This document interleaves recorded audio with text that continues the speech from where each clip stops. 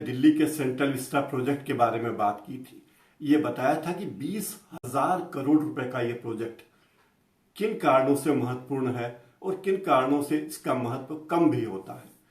मैंने ये भी बताया था आपको कि 20,000 करोड़ की इस प्रोजेक्ट में नए संसद भवन पर 865 करोड़ रुपए खर्च होना है।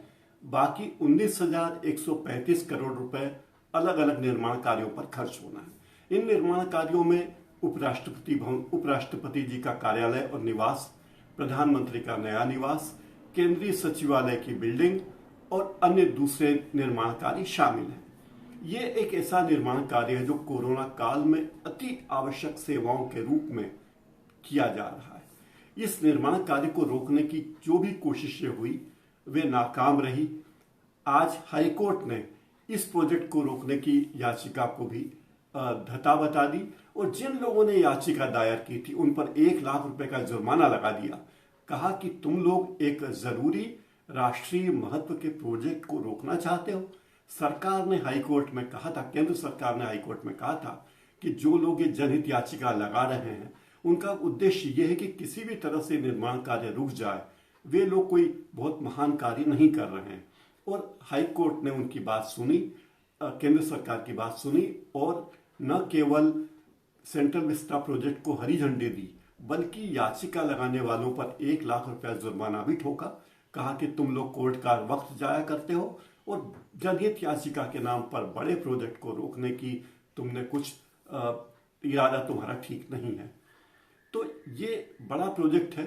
मैंने कल आपको एक वीडियो में बताया था कि 20,000 करोड़ के इस प्रोजेक्ट में हमारे प्रधानमंत्री के लिए एक नया भव्य प्रधानमंत्री निवास भी बन रहा है, उपराष्ट्रपति जी के लिए भी नया निवास बन रहा है और साथ ही साथ उनका कार्यालय भी बन रहा है। अभी प्रधानमंत्री जी केंद्रीय सचिवालय में, केंद्रीय कार्यालय में उनके लिए जगह है, लेकिन 15 एकड़ का जो निवास प्रधानमंत्री के लिए है, जो 6 बंगलों को मिलाकर बनाया गया है, जो लोक कल्याण मार्ग, पूरा लोक कल्याण मार्ग ही उसको है क्योंकि 6 बंगलों का संकुल है। वहां प्रधानमंत्री के लिए तमाम सुविधाएं हैं।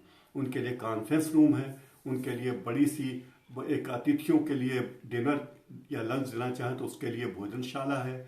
इसके अलावा उनके निजी स्टाफ के लिए, उनके पीए के लिए, उनके पीएस के लिए, उनके खानसामे के लिए, उनके मेकअप मैन के लिए, उनके ड्राइवर के लिए अलग अलग रुकने की व्यवस्था है। ये लोग शिफ्टों में रुकते हैं और वहां रहते हैं। प्रधानमंत्री का मेकअप मैन भी है और जो टेलीप्रॉम्प्टर चलाता है, जब प्रधानमंत्री भाषण देते हैं वो रिकॉर्ड होता है तो वो टेलीप्रॉम्प्टर चलाने वाले भी यही रहते हैं।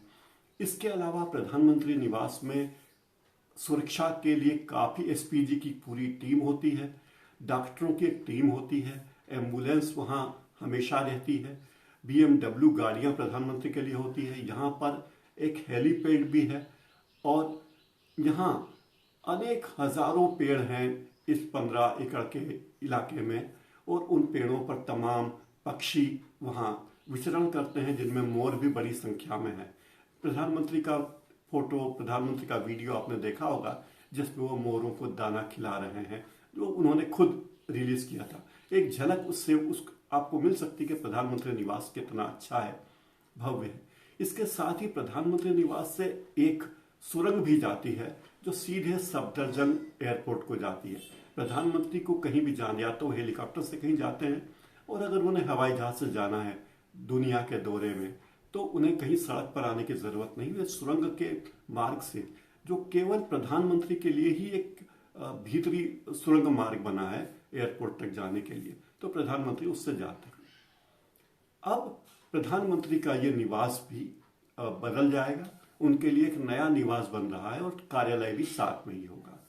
इस कार्यालय और निवास के बारे में कहा जाता है कि ये सैकड़ों करोड़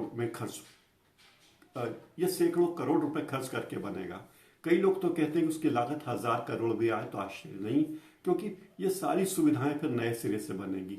खास बात यह कि प्रधानमंत्री के लिए अब जो निवास बन रहा है उसमें अमेरिका के व्हाइट हाउस की तर्ज पर बंकर भी बनाए जाना प्रस्तावित है। सुरक्षा कारणों से प्रधानमंत्री कार्यालय का नक्शा या दफ्तर जो बनने वाला है उसके बारे में कहीं कोई जानकारी नहीं दी जा रही है, लेकिन ये खबरों में है कि प्रधानमंत्री का नया निवास बहुत ही भव्य होगा। और इसी बात को लेकर कांग्रेस और दूसरी पार्टियां सेंट्रल विस्टा प्रोजेक्ट का विरोध कर रही हैं। उनका कहना है कि संसद भवन तो मात्र 865 करोड़ में बनने वाला है, 900 करोड़ से भी कम लगेंगे, लेकिन जो 20,000 करोड़ रुपए खर्च हो रहे हैं ये ठीक नहीं है। सरकार के अपने तर्क है। सरकार का कहना है कि कोरोना के कारण मंदी चल रही है, मंदी के दौर में अगर सरकार ऐसे बड़े प्रोजेक्ट को हाथ में लेती है तो उससे बड़े पैमाने पर रोजगार जनरेट होता है। तो बात यह है कि दिल्ली हाई कोर्ट ने आज सेंट्रल विस्टा प्रोजेक्ट के निर्माण कार्य को हरी झंडी दे दी।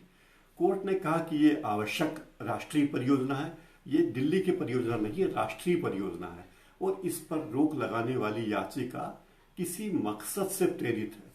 तो जो याचिकाकर्ताओं की नीयत है उसमें कोर्ट को शक नजर आया और कोर्ट ने उन दोनों याचिकाकर्ताओं पर 1 लाख रुपए का जुर्माना लगा दिया। याचिका करने वालों का विरोध का तर्क था कि ये जो प्रोजेक्ट है ये पूरा प्रोजेक्ट ही अनावश्यक है, लेकिन केंद्र सरकार की तरफ से कहा गया कि जनहित याचिका यानी PIL के नाम पर ये मुखौटा है, अलग लोग हैं, उनका इरादा कुछ और है, उनका भेष कुछ और है और वे इस प्रोजेक्ट को रोकना चाहते हैं। राहुल गांधी ने कल यानी रविवार को ही एक ट्वीट किया था और उन्होंने कहा था कि सेंट्रल विस्टा पुनर्विकास योजना के तहत जो भी निर्माण के कार्य चल रहे हैं केंद्र सरकार वो काम सही नहीं कर रही है। उन्होंने कहा था कि लोगों को सांस की जरूरत है, मतलब अस्पतालों में चिकित्सा सुविधा की जरूरत है। सेंट्रल विस्टा प्रोजेक्ट कोई जरूरी नहीं है।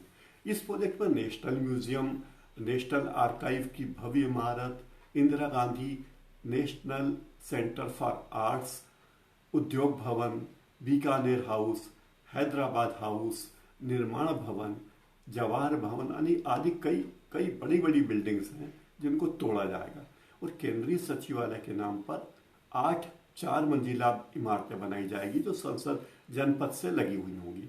इन सभी इमारतों को नया शेप दिया जाएगा, नई शक्ल दी जाएगी, नया स्वरूप दिया जाएगा सेंट्रल सचिवालय के नाम पर। अभी कोरोना का जो नियम कानून है उसके मुताबिक निर्माण कार्यों की छूट है, लेकिन अगर साइट पर मजदूर उपलब्ध हैं और वे काम कर रहे हैं तो वे काम कर सकते हैं, क्योंकि उन्हें शहर में या लोगों से मिलने जुलने की कोई ज़रूरत होती नहीं है, वे वहीं रहते हैं, वहीं काम करते हैं। लेकिन अभी निर्माण करने वालों ने दिल्ली पुलिस से परमिशन मांगी कि, तो सवाल उठा कि आखिर ये परमिशन क्यों मांगी जा रही। बताया गया कि जो कंक्रीट जैसे दूसरी सामग्री हम ला रहे हैं तो निर्माण कार्य के लिए सामग्री लाने की छूट दी जाए, इसलिए ये छूट दी गई है। अब इस प्रोजेक्ट में कितने मजदूर काम कर रहे हैं सरकार की तरफ से बताया नहीं जा रहा है। इसका ब्यौरा किसी के पास नहीं, ना दिल्ली सरकार के पास है, ना जो जानकारी सरकार ने हाईकोर्ट में दी उसमें दी है।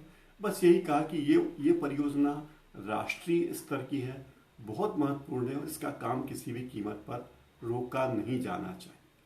आज दिल्ली हाई कोर्ट ने कहा कि केंद्रीय सुप्रीम कोर्ट इस परियोजना को पहले ही वैध ठहरा चुका है और हरी झंडी दे चुका है, तो फिर इस याचिका को रोकने की कोशिश करना किसी भी तरह से ठीक नहीं है। दिल्ली आपदा प्रबंधन प्राधिकरण ने इसे जारी करने की अनुमति दी है, यानी जिन जिन संस्थाओं को इस निर्माण को जारी रखने की अनुमति देनी थी वो सब मिल चुकी है, इसलिए इस काम को रोकने की कोई जरूरत कतई नहीं है। कोर्ट ने यह भी कहा कि शाहपुरजी पालोनजी ग्रुप को एक ठेका दिया गया है और नवंबर 2021 तक ये काम पूरा होना है। 2022 तक संसद का नया भवन बनकर तैयार होना है। ऐसे में इस परियोजना को रोके जाने की मांग रद्द की जाती है और परियोजना जारी रहेगी, यानी हमारे प्रधानमंत्री का नया भव्य आवास बनता रहेगा। इस याचिका को लगाने वाले 2 लोग थे, एक तो ए मल्होत्रा थे और दूसरे थे सोहेल हाशमी। ये सोहेल हाशमी डॉक्यूमेंट्री बनाते हैं, तो सरकार ने कहा कि ये लोग कोई गंभीर लोग नहीं हैं और इनका इरादा काम को रोकने का था, कोई इनका इरादा देश के विकास में आगे बढ़ाने का नहीं था। आज इस कार्यक्रम में इतना ही। आप मेरा पिछला वीडियो भी देखिए, मेरे इस चैनल को लाइक कीजिए, सब्सक्राइब कीजिए और बेल आइकन ज़रूर दबा दीजिए ताकि मेरे आने वाले वीडियो के नोटिफिकेशंस आपको मिलते रहें। नमस्कार।